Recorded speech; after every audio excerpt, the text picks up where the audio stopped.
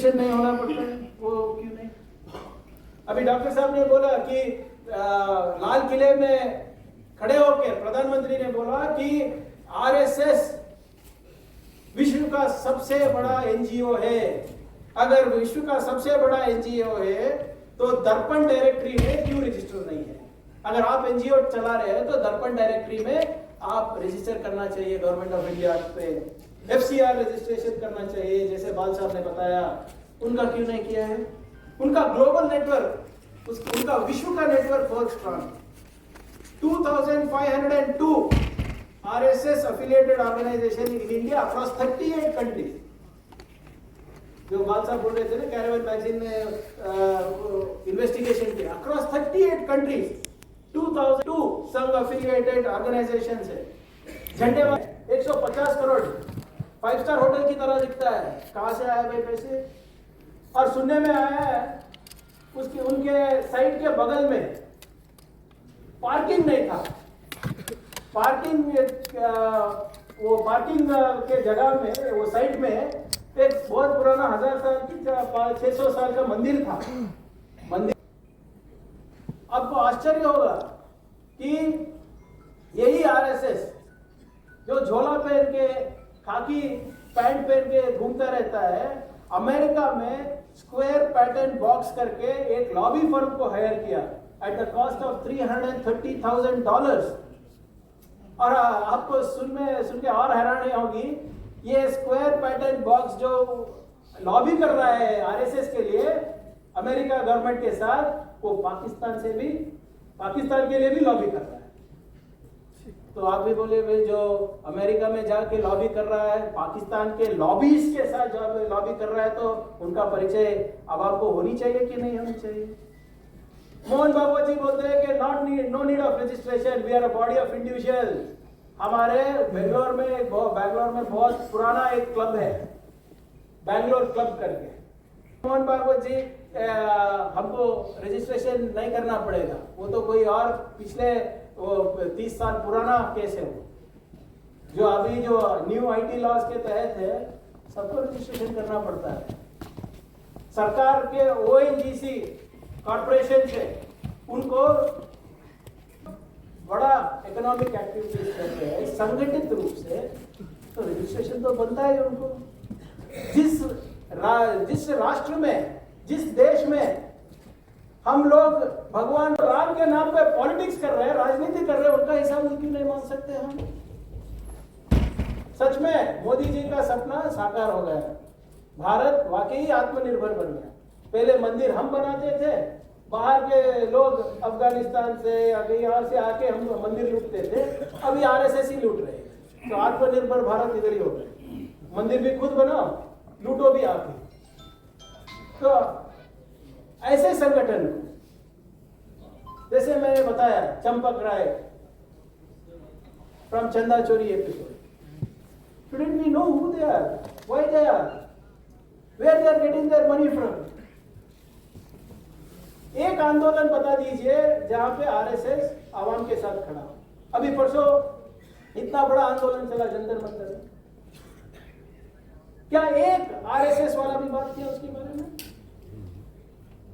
उनको विद्या, बच्चों को विद्या नहीं दिए तो जाके आरएसएस शाखा में पढ़ेंगे ना, इसीलिए उनको इंटरेस्ट नहीं था। बताइए एक आंदोलन बताइए। इधर 2 साल पहले किसान आंदोलन हुआ था इधर ही दिल्ली के बाहर, तब आवाज उठाई इन्होंने। एक ऐसा आंदोलन बता दीजिए जिसने आरएसएस इशू उठाया है लॉजिकल एड को लेकर। सिर्फ ज्ञान बांटते फिरते हैं, खुद तो कुछ करते नहीं है। और इस सिद्धांत में कितना चैन और सुकून है, और इस सिद्धांत इतना अच्छा है, तो बीजेपी के परिवार और लोग क्यों नहीं है इसमें? बीजेपी के नेता के बेटे आरएसएस में क्यों नहीं है भाई? एक ऐसा तस्वीर दिखा दीजिए जो हमारे यूनियन कैबिनेट में मंत्री है, उनका बेटा गणवेश पहन के लाठी लेके पथ संचलन कर रहा है, मार्च कर रहा है। Show me one who is a complete स्वयं सेवक। एक भी बीजेपी का नेता नहीं है, ना दिल्ली में है ना कन्याकुमारी में है। सब ये सब गरीबों के बच्चों के लिए है। ये धर्म रक्षण गौ रक्षण, कितने बीजेपी के परिवार वाले गौशाला पालते हैं, गौशाला में कितने बीजेपी के बेटे रोज उठ के गौमूत्र पीते हैं, कितने गौ रक्षक थे, कितने धर्म रक्षक थे, बताइए। हार्ली डेविडसन चलाते हैं, वो कौन सा तो एलवी का बेल्ट शूज पहनते हैं और गरीब के बच्चों को धर्म का पाठ पढ़ाते हैं, गौ रक्षक बना देते हैं। इनके बेटे नहीं है, कोई भी शाखा में नहीं जाता है, बट भाषण तो आरएसएस के जैसे शाखा में ही पैदा हुए देते हैं। इसलिए मैं इतना ही बोल रहा हूं कि अगर मेरे राज्य में, क्योंकि मैं गृह मंत्री तो अभी सिर्फ कर्नाटका का हूं, हिंदुस्तान में इनको तो ये करना है तो अगली बार कांग्रेस आना है, तब लोग सिफारिश कीजिए, सब करेंगे। अगर कर्नाटका में इनको चैन से अपना काम करना चाहिए तो बाबा साहेब अंबेडकर के संविधान के तहत, कर्नाटका के कानून के तहत उनको रजिस्टर करना पड़ेगा। आज या कल होगा। अभी तो सिर्फ 5 वीक हो गए, 5 वीक्स अब, कि हमने एक लेटर लिखा था मोहन भागवत जी को। मुझे पता है वो उत्तर नहीं देंगे, क्योंकि उनके जहन में हो भाग जाना, जिम्मेदारी ना लेना। आज नहीं तो कल देना पड़ेगा, जैसे हर एक नागरिक देता है, देना पड़ेगा। कर्नाटका में अगर उनको काम करना है तो कानूनी तौर पे करना पड़ेगा। आप सब लोगों का आशीर्वाद रहेगा तो अगले 2-3 महीने में वो भी करा के दिखाऊंगा। हाँ, हालांकि एक और चीज है कि हमेशा कोर्ट को दौड़ जाते हैं, वही थोड़ा मुश्किल है, बट उसका भी हल निकालूंगा मैं।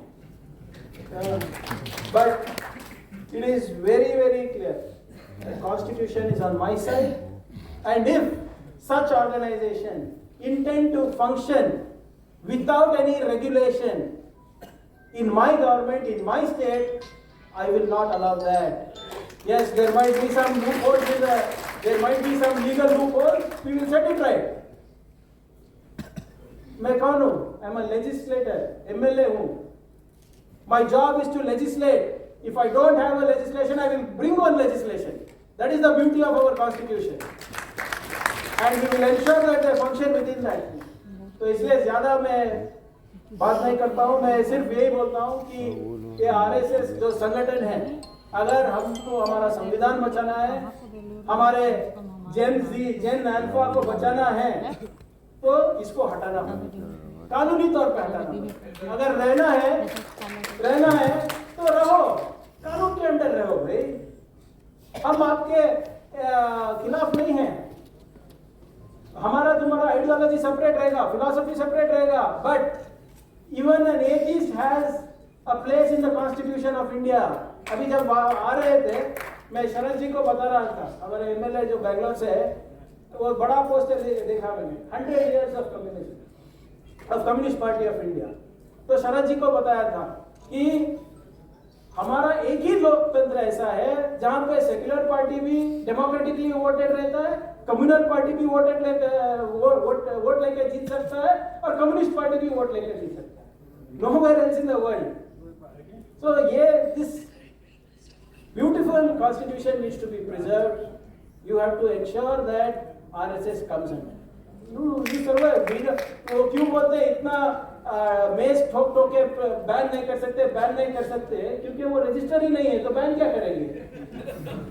उतना अकल तो है मेरे में, आप रजिस्टर करो भाई। अगर आपने कुछ किया तो बैन करूंगा, पहले तो रजिस्टर हो जाए।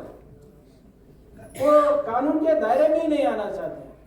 तो इसलिए मेरी आखिरी बात आप समझ लीजिए, जो देशभक्त थे वो जंग को गए, विद्रोही है वो संघ को गए। ये बात रखते हुए मैं अपनी बात खत्म करता हूँ और फिर से आप सब लोगों का शुक्रिया अदा करता हूँ कि मुझे यहाँ आके अपनी बात रखने का मौका दिए। जय हिंद, जय कर्नाटक।